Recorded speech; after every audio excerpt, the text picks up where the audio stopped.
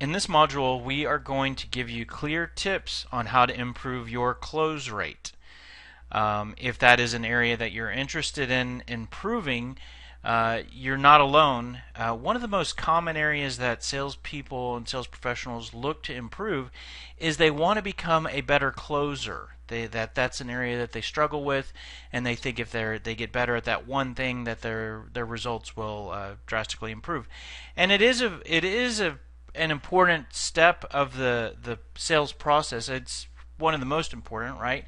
You could be a great salesperson, but if you don't close the deal, then it's all for nothing, right? So, but you should know that the close actually should be one of the easiest steps of the sales process, and I'll explain why. But when you do everything else right, the deals should actually almost close themselves, and I'll definitely show you that. So another thing that sometimes people think or they debate is they think that people are born to be a good closer. Like if you see people in a movie or see a sales manager talk about somebody that they interviewed, and they sometimes might say, "Oh, that person, they're a natural closer," right?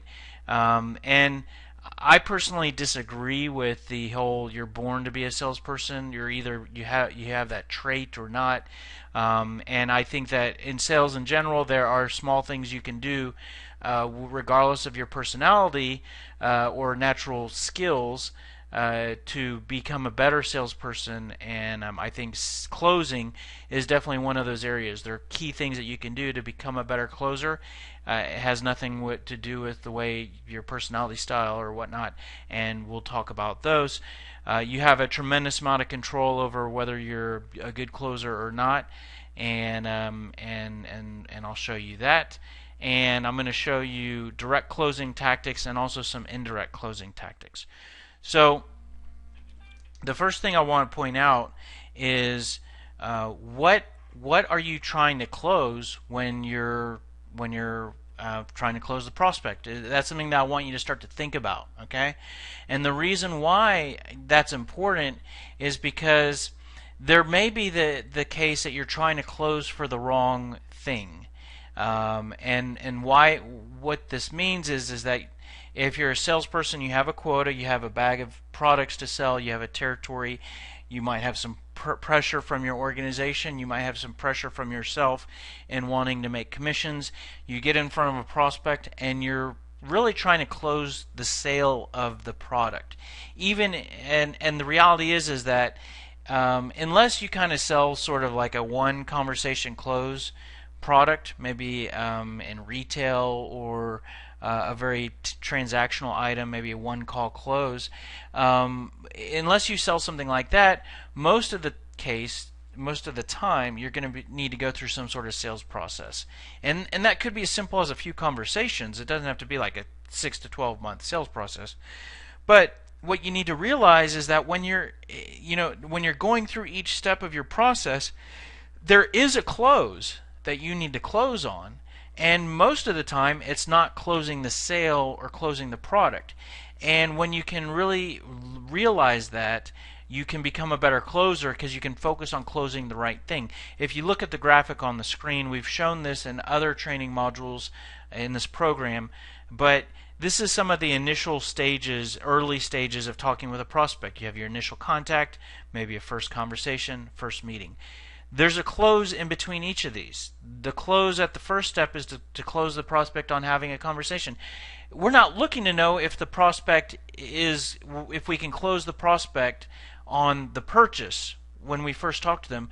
We just want to close them on having a conversation with us. And so if you can separate the conversation close from the product close, for one, it's an easier close. And it's a more appropriate close as well. And if you get away from trying to close the sale, then objections like "I'm not interested" are not as relevant, right? If I'm trying to just establish a conversation with you, and that's more my goal than trying to sell you or sign you up for anything, then when you say "I'm not interested," or you say "I don't have any money," or you say I'm already using somebody, or you say I can't change anything right now, I'm in a contract. Those aren't relevant. Those aren't reasons for me not to talk to you or you to talk to me. Those are reasons for you not to buy from me, but I'm not trying to sell to you because I'm aware of where I am in my sales process. So having clarity on what you're closing for will improve your ability to close, at least close for the right thing, and that can actually improve your close rate throughout the process and actually make you a better closer at the end of the process when you are closing the sale.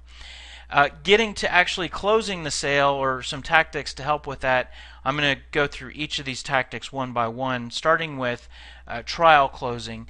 And trial closing is it's sort of a test close. You're not necessarily trying to take the order, but you're just testing to see where the prospect is. It's exactly what it says. You're performing a trial close. Anyways, so another way to look at it is that instead of getting the prospect to buy from you, you're wanting to understand what their thoughts and opinions are at that particular time, and that might be thoughts and opinions towards of how they feel towards your product and towards purchasing your product. Let me give you some examples. So, an example of a trial close might be, well, what do you think about what we've discussed so far? How would that feature help your operation? Asking them how you know how what you have can help them, but you ask them to put it in their own words, or to share with you what they think. Is this something that you could see your employees using? Do you want to continue to move forward in these conversations? What direction do you want to go from here? These are examples of like check-in, trial close questions. A great time to really incorporate trial closes. By the way, you could do these at every stage of the sales process. Every conversation you have, you can check in to say, is this something that you're interested in talking about? What I've shared with you, does it make sense with what your needs are? But let me give you a more clear example. When you give a presentation, you could trial close every step of the way. During the opening of a presentation, you might share the agenda that you plan of what you plan to present, and you can say, does that match up with your expectations of what we were going to meet with here today? And the prospect might say, yes or no or whatever. But you're trial closing. You're checking in. Halfway through the presentation, you can say, are we going in the right direction here? Is this what you were hoping to see? And you might, if you didn't ask that question, you might end up going in the wrong direction, and then you end up trying to close the prospect at the end, and there's a big delta between where you've gone and what the prospect wanted, right? If you trial close every step of the way, let's say a quarter of a way or half of the way through the presentation, the prospect might say, you know what, I was really just hoping to see this such and such feature of the product. That's really what we need. And then you can adjust and then show what they want for the remainder of the presentation. And then when trying to close at the end of the presentation, that gap between what you showed and what the prospect wanted is much smaller. And what does that mean? That means that improves your ability to close. So the trial closing every step of the way, every conversation, helps you to ensure that you are going in the right direction, that you're in line with what the prospect wants. You're getting valuable information and feedback from the prospect. So incorporate this, like I said, in every conversation you have. I'm going to show you a couple closing tactics. I personally don't use these a whole lot, but I'll show them to you, and maybe with the product that you sell, they might fit well, or with your. But no, it's okay if you do use them. But I'll share with you what I don't really like about them. Assumptive close. This assumes that the prospect wants to move forward. So let's say that the next step in your process is a free consultation. Instead of saying to the prospect, are you interested in us scheduling a free consultation, you assume that they do want the free consultation, and you say something like, what time would you like me to put you down for the free consultation? or for your free consultation. So you're assuming that they want to move forward. I personally think it's a little pushy, a little manipulative.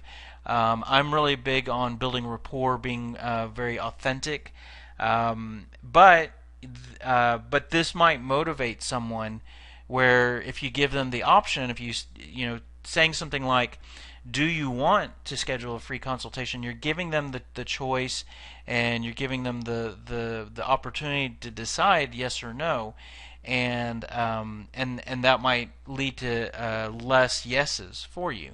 The downside, this attempt, it could lead to more yeses and more scheduling more consultations in this example, but the thing is that your rapport might be a little less that you have with the prospect, because they might start to see you as a salesperson instead of like a business person or an advisor. And the other thing is that the quality of leads that you generate might not be as good.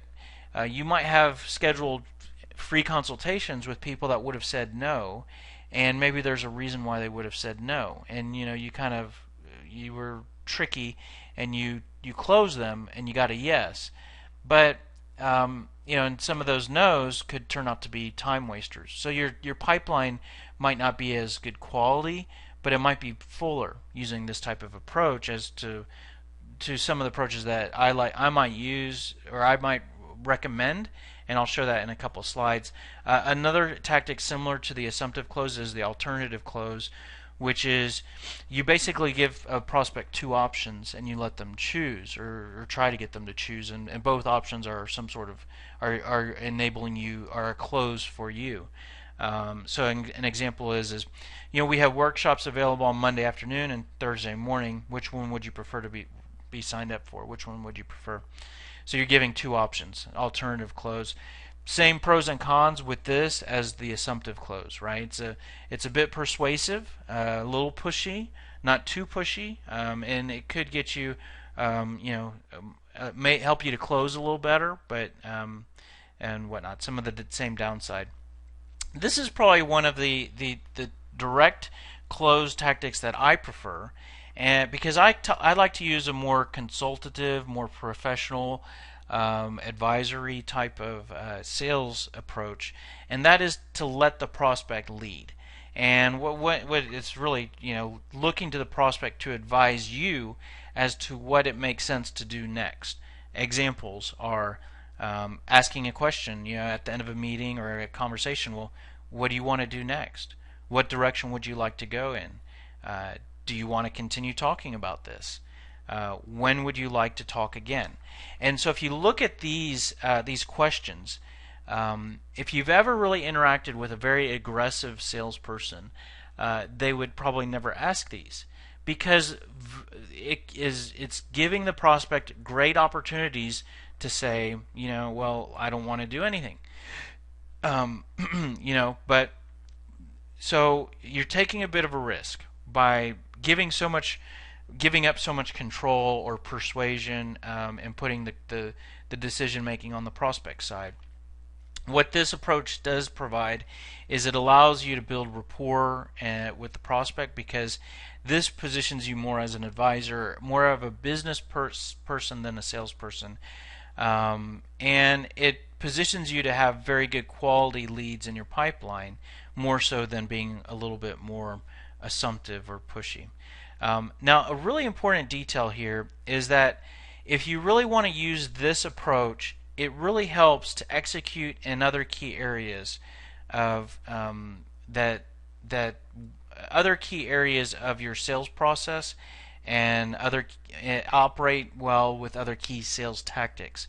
Let me give you an example. So, if you've done a good job at building interest, then to say what do you want to do next, you can have more confidence in saying that, right? And if you've done a good job to communicate value, to find out, if you've done a good job to identify that the prospect has problems that you help to fix, and you've communicated that you can help to fix their problems, then you can be very confident with letting the prospect lead, right? And so what you really have in the sales world is that those are some steps that a lot of salespeople don't really go down. Instead of talking about the problems and qualifying the prospect or building interest, a salesperson might just talk about their products and their company, and those really aren't real effective ways to build interest. And so what you have is you end up in a closing situation, and you don't really have you're not confident in the level of interest that you've built. You aren't really confident in the level of needs that you've identified on the prospect side. So when that happens, and then you don't have confidence to say, well, what direction would you like to go in? Because if you don't do those things right, then a prospect, given the opportunity, they'll say, well, I'm not interested. I don't think it makes sense to do anything. So that's when, without that security or that confidence and that execution, a salesperson doesn't really, you might not be good using this type of close approach. You might be better off trying to use an assumptive close or be a bit more aggressive and keeping control. So just some things to keep in mind, but this is when you've done all the right things, all the right blocking and tackling, this then becomes what I think to be the best way to close. And that's when I think you start to see deals close themselves, is that you say, well, what direction do you want to go? And the prospect says, well, why don't you send over your paperwork and let's move forward, right? And the deal closes itself. And a small tactic, and this is just something a small modification, you can turn your questions into statements. And I mean, it could be as simple as, just taking the question mark off the end and changing a couple words, but instead of saying, would you like to schedule a meeting next week? You could say something like, you know what, based on what I'm hearing you say, we should definitely meet next week. And you just kind of sit there. Or you close. That's kind of your close, and then you follow it up with, is that something you want to put on the calendar? But your close is really that delivery of, we should definitely meet. Based on the questions you're asking me, we have a lot to talk about. Let's put a meeting on the calendar, right? And you might not have to ask the question. You just sit there, and then you get their agreement, and then you're scheduling a meeting. But if they sit there and stare at you too, then you follow it up with, is that something you want to put on the calendar? Which is kind of like the letting them lead, but it's being more assertive with persuasive statements as opposed to questions, probing questions. Another tactic to use is called an evaluation plan, and this is sort of like a timeline of what will need to take place between sort of today, whenever you're meeting with the prospect, and them being fully fully utilizing your product or service. And what this does is it basically outlines all the key steps. You might show them an evaluation plan in a presentation meeting, and it might say, here we are today, and if we were to move forward and you were to purchase from us, these are the steps that we would go through, and these are our estimation of the times, the days and times, and these are the different owners, and these first two steps have been completed, and the others are open. But this is what it would take to get to the end of the process. And so that's a good thing to display, to communicate, here's the path that we can go down together, and this is what it looks like. But this is a really good closing tool, because what you can do is, one is, when you show this, you can get the prospect's agreement right there. You could say, this is what it would look like if we move forward. Do you want to move forward down this path? I mean, we don't have to, you don't have to agree to everything, but do you agree with the time, the times, and that you would be able to participate in each of these? Is there anything you want to add to this, and whatnot? And then you could close them on the very next step. And then what you can do is you can use this as a living, breathing document throughout your sales process. So as things get completed, you could send a copy of this, and you could share this in a PowerPoint slide when you're presenting, but you could convert it over to a Word document that's included in maybe a statement of work or a proposal, and you can continue to send the updated version of that to the prospect. What's really great about that is that as the prospect begins to become unresponsive or delay, like say, oh, I'm swamped right now, call me back in 2 months, you can go back to the evaluation plan and say, I can definitely call you back in 2 months, but I'm a bit concerned because we agreed on that evaluation plan, and if you still wanted us to have that completed by the end of the year, there's no way we can go through all those steps if I call you back in 2 months. So I'm just wanting to know, do you want me to revise the entire evaluation plan and us move beyond the end of the year, or and I'll call you in 2 months, or do you want to stick to the end of the year, and is there flexibility on when I call you back or when we meet next? And so that I'm in a much better position to continue to close the prospect each step of the way, and it's all because of this tool of an evaluation plan. A compelling event is an event that's happening on the prospect side, or an event that that impacts or influences when the purchase should be made. And some naturally occurring compelling events, examples are, let's say they have an existing contract in place and it's expiring, and let's say it's a product or service that they have to have an existing provider or contract. So a contract expiring is a compelling event. Let's say they're opening up a new site, a new building, or they're moving. That's an event. I mean, something is happening, and if your product or service is tied to that or part of that, then that date is literally a compelling event. An existing system they use is being discontinued, right? So these are events that are happening, and they influence the sales process, and they can be used as a closing tool, right? So if the prospect says, call me back in 2 months, and that happens all the time, right? You can say, I can certainly call you back in 2 months, no problem at all. I do, want to check in with you because you do have that new site that's coming online in Q3, and if I call you back in 2 months, I don't know if everything will line up for that. So that's an example of using that compelling event. There could be scenarios for your product or the prospect situation where there is no compelling event, right? And you could manufacture one. So sometimes you could say, well, we have a discount that we'd like to offer you, but it's only good till the end of this month. You've just created a compelling event. You've manufactured one. Expiring promotion. You could say, our product is available now, but we don't know how long that'll stay, or whatnot. So the last direct closing tactic is to disqualify the prospect, and this is a whole sales tactic in itself. And we actually have a video on this called the art of the takeaway, or the art of disqualifying. So be sure to check that out. But it's basically to doubt or question if it makes sense to move forward with the prospect. And so some examples of that are, maybe this isn't the right direction for you to go. To actually say that to a prospect, or to say to a prospect, I don't know. I don't know if this. It does not seem like this is something that you're really interested in.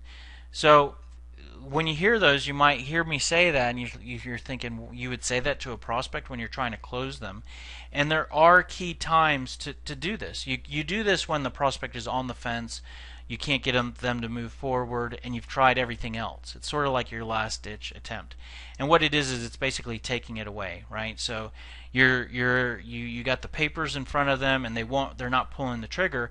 Pull it away. Say, what, or figuratively speaking, pull it away. So to say, I don't know. I mean, maybe this isn't the right fit for you. You seem like you're doubting whether or not to move forward, and I don't want to, I don't want you to make the wrong decision here. So it's an extremely powerful thing to do. It's an advanced sales tactic. It can trigger forward movement. Sometimes they'll say, yeah, you're right, and they'll walk away. That's why you really need to use this at the right time and with the right prospect. So again, we have a full module on that, so be sure to check that out. Some indirect closing tactics. These are basically tactics that we do throughout the entire sales process. When I talked about you can let the prospect lead if you do everything else right, and that closing should be the easiest step. Here are some of the things that if you do all of these, closing is easy. And if you do all of these, then you can let the prospect tell you what they want to do next instead of you trying to close and be extremely persuasive. Communicating value. So it's easy for salespeople to talk about, this is what my product does, these are the features, this is the price. But are you really communicating the value that your product has to offer? What does it mean to that buyer? What does it help to improve? What does that mean at a business level? What does that mean to them personally? We have a module on value, so be sure to check that out. Qualifying the prospect. One of the best ways to immediately become a better closer is to become a better qualifier of the prospect. Qualifying means screening the prospect. A lot of salespeople will sell to anybody that will give them time, and then they'll go chase everybody who came across their way. But if you qualify the prospect to determine that they need what you have, or that they're a fit or they're qualified, then you only let the people that are a good fit in.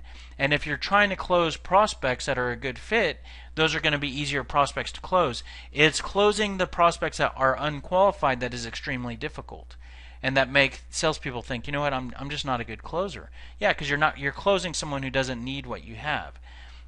If you haven't figured it out yet or not, our whole sales methodology is not about convincing people to buy something they don't need or want. It's about finding the people that need what you have to offer, finding those people and communicating effectively to them and establishing a dialogue, and qualifying is part of that.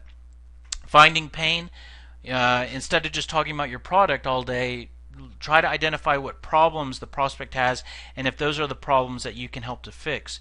Building rapport, if it's people buy from people they like. So if they like you, and then it's going to be easier to close. If you built interest, right? It's clear as day. If the more interested the prospect is in your product, the easier it is going to be to close them. Building credibility. Have you demonstrated to the prospect how you've helped others?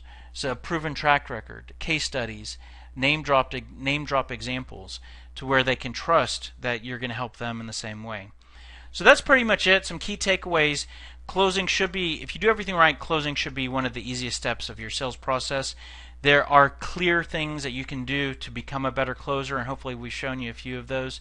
Qualifying prospects will immediately improve your close rate. Trial close every step of the way, and use a mix of direct and indirect closing techniques when you're selling. If you've liked any of this and you want some more help, we have some ebooks available. Just go to salescriptor.com. There's a real paperback book on Amazon called The Cold Calling Equation. Videos, dozens of videos on our website.